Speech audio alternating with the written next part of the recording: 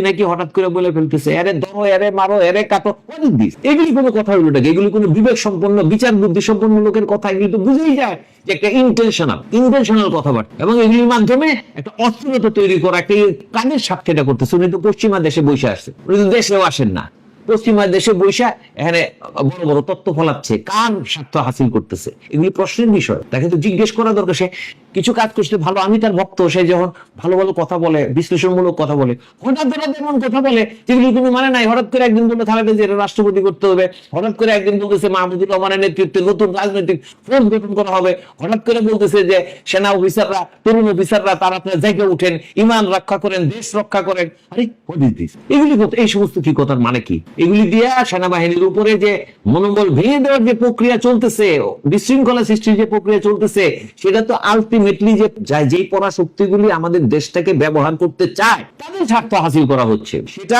America হোক, ভারত হোক, আমরা তো সেই বিষয়ে সতর্ক থাকবো। আমাদের তো বুদ্ধি আছে, বিবেচনা আছে। চরিত্রটা শুধু নাই, চরিত্রটাকে নিয়ে আসেন, চরিত্রটাকে ঠিক করেন দেশে, তাহলেই হবে।